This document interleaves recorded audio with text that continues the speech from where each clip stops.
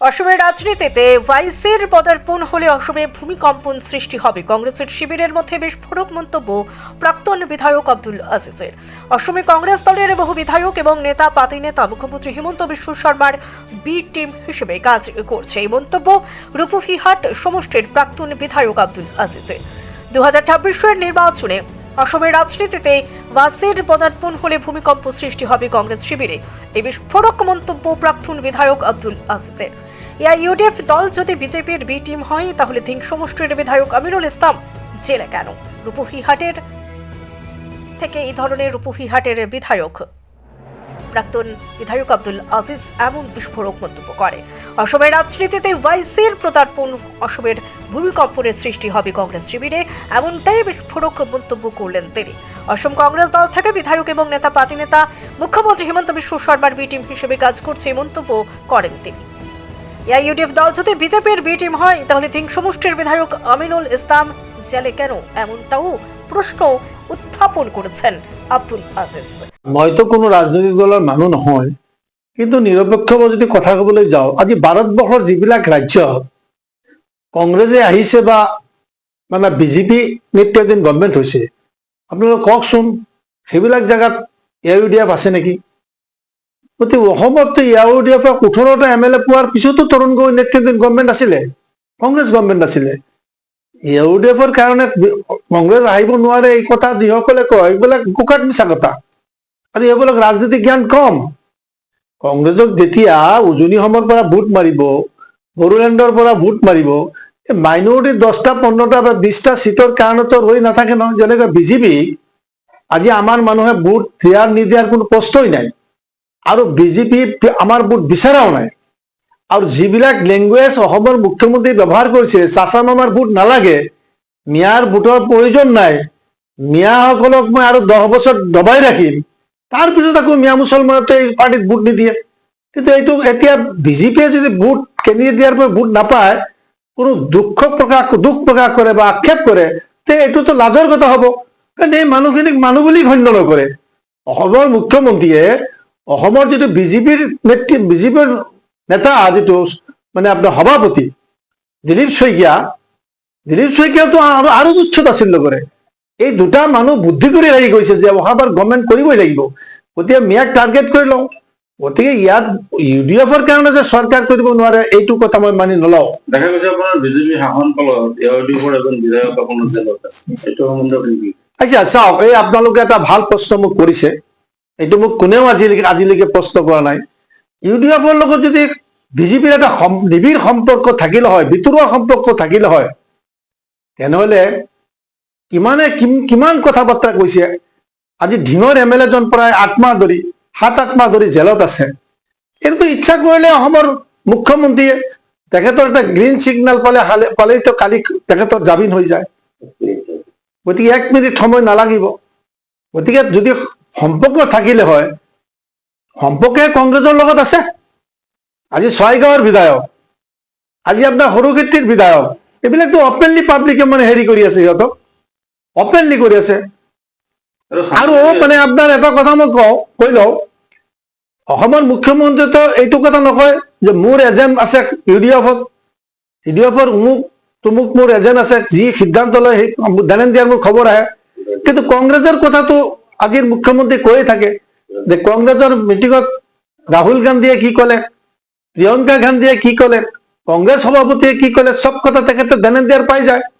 গতিকে এজেণ্ট ইউডিএফত আছে নে কংগ্ৰেছত আছে, এই কথাটো অসমৰ মানুহে লাহে লাহে এতিয়া বুজি পাই গৈছে যে বিজেপিৰ এজেণ্ট যদি বেছি আছে তেনেহ'লে কংগ্ৰেছতে আছে। আৰু যাৰ কাৰণে বহুতৰ, মই নাম মেনশ্যন নকৰোঁ, বহুতৰ ওপৰত এনেকুৱা কেছ আছে, গভৰ্ণমেণ্ট ইচ্ছা কৰিলে কালি এৰেষ্ট কৰি দিব পাৰে কংগ্ৰেছৰ মানুহ। কিন্তু আজিলৈকে হাত নিদিয়াৰ কাৰণ কি, গোপন ৰহস্য কি? গতিকে ইউডিএফৰ লগত মানে আপোনাৰ কোনো নিবিড় সম্পৰ্ক বৰ্তমান আৰু প্ৰয়োজন নাই নহয়। যিমান সিট ইউডিএফে মাইনৰিটি ভোটত পাব, তাততো বিজেপিয়ে কেণ্ডিডেট দিয়া এটা আশা নকৰিব নহয়। অহা ইলেকশ্যন বিজেপি 1% আশা নকৰিব, আশা কৰিলেও লাভ নাই যে মুছলমানৰ ভোট ল'ম, মুছলমানৰ ভোট পাম। এইটো দিলীপ শইকীয়াৰ বক্তব্য আৰু অসমৰ মুখ্যমন্ত্ৰীৰ বক্তব্যত কি বুজাইছে?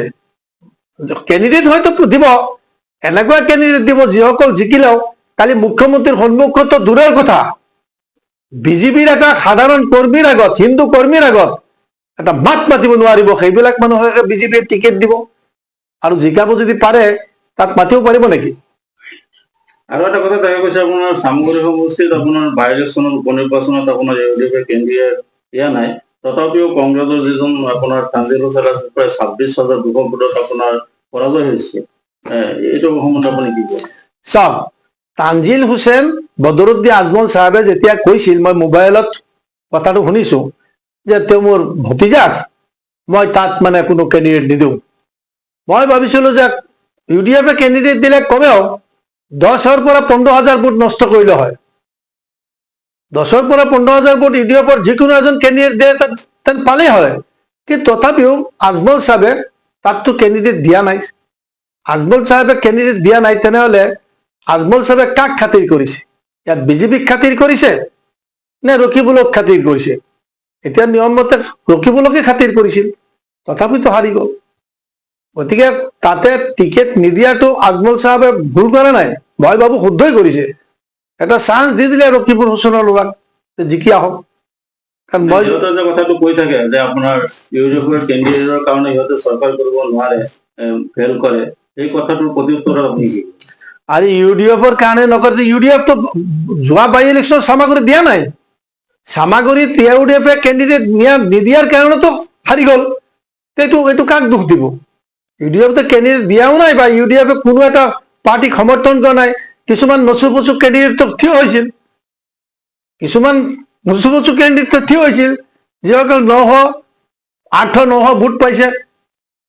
এইবিলাক কেণ্ডিডেটক ছাপোৰ্ট কৰিব পাৰিলেহেঁতেন, ইউডিএফটো ছাপোৰ্ট কৰা নাই। কংগ্ৰেছক যে আপোনাৰ কংগ্ৰেছে যে ইউডিএফক দোষাৰোপ কৰি আছে, এইটো সত্যতা কিমান? 1% সত্যতা নাই। অহা নিৰ্বাচনত এইটো প্ৰমাণ হ'ব। আপুনি চাব, ইউডিএফৰ বেল্ট হ'ল মাইনৰিটি বেল্ট। ইউডিএফে যদি 35খন আসনত খেলে, মাইনৰিটি মানে মেজৰিটি থকা চিটবিলাকতে খেলিব। 35টা কৈছে, 20-22টাতো খেলিব, আৰু সেইটো মুছলিম মেজৰিটি বেল্ট। আৰু মুছলমানৰ ভোটৰতো এতিয়া কংগ্ৰেছৰো প্ৰয়োজন নাই নহয়। যোৱা ইভিকশ্যন যিটো কৰিছে অসমৰ মুখ্যমন্ত্ৰীয়ে, যি ধৰণে ইভিকশ্যন কৰিছে, তাততো কংগ্ৰেছ নিমাত।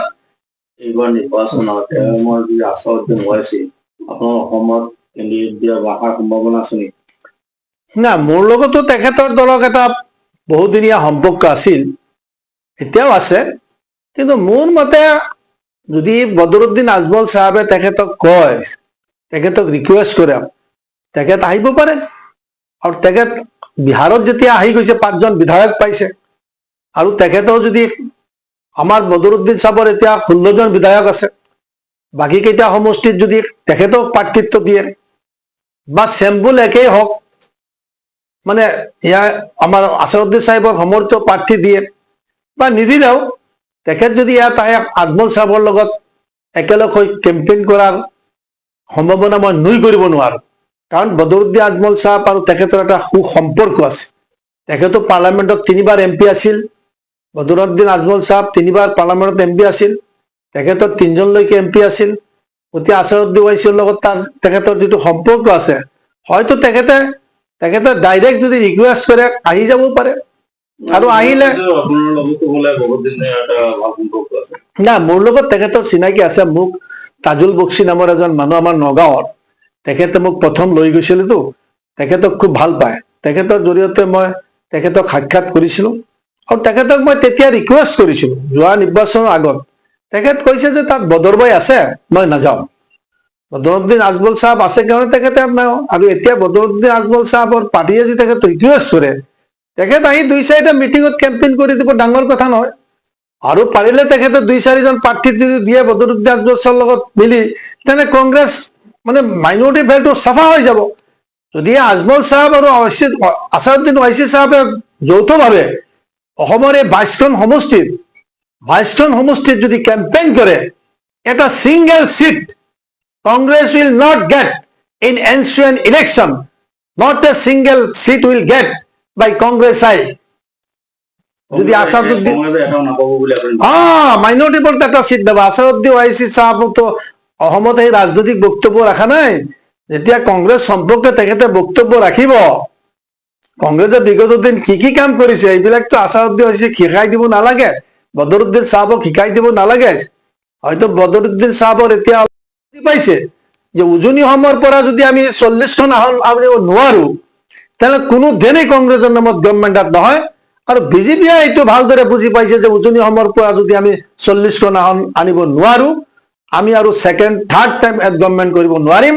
যাৰ কাৰণে দিলীপ শইকীয়াৰ বক্তব্য আৰু আজিৰ মুখ্যমন্ত্ৰীৰ বক্তব্য একচাটিয়াভাৱে লাগি গৈছে মিয়াৰ বিৰুদ্ধে। মিয়া যে অপৃশ্য, মিয়া যে এটা জাতি নহয়, মানুহে নহয়, কিন্তু এই মানুহখিনিৰ দৰকাৰ নহয়। কিন্তু ওপৰৱালাৰ খেল ক'ব নোৱাৰে। অহা ইলেকশ্যনত হয়তো যিয়ে গভৰ্ণমেণ্ট কৰিবলৈ যায়, আল্লাহৰ যদি দয়া হয়, আল্লাহৰ যদি ইচ্ছা হয়, সৃষ্টিকৰ্তাই যদি সুদৃষ্টি ৰাখে, এনেকুৱা পৰিস্থিতি অসমত হৈ যাব পাৰে, কোনেও মেজৰিটি নাপাব পাৰে। যেনেকে অসমখন এটা সময়ত আজিৰ পৰা কেইবা শ বছৰ আগত no man's land, it was a no man's land. আৰু অসমখন হৈছিল 1912 চনত। ইয়াৰ আগততো West Bengal in West Bengal. এইটোতো আজিৰ শিক্ষিত ল'ৰাবিলাকৰ ভিতৰত হিষ্ট্ৰী নাইতো, ইতিহাস নাই। আজি মোৰ জাতিৰ ভিতৰতো ইতিহাস পঢ়া সেই ইতিহাস নাই, আজি মেইন ষ্ট্ৰীমতো নাই। It was a West Bengal and West Bengal during the period of British government. গতিকে আমাক যে ইমান অস্পৃশ্য, ইমান বিহার থেকে মানে আব্দুল মিয়া বাসের রিপোর্ট, সন্দেহযুক্ত নাজির অমুক তমুক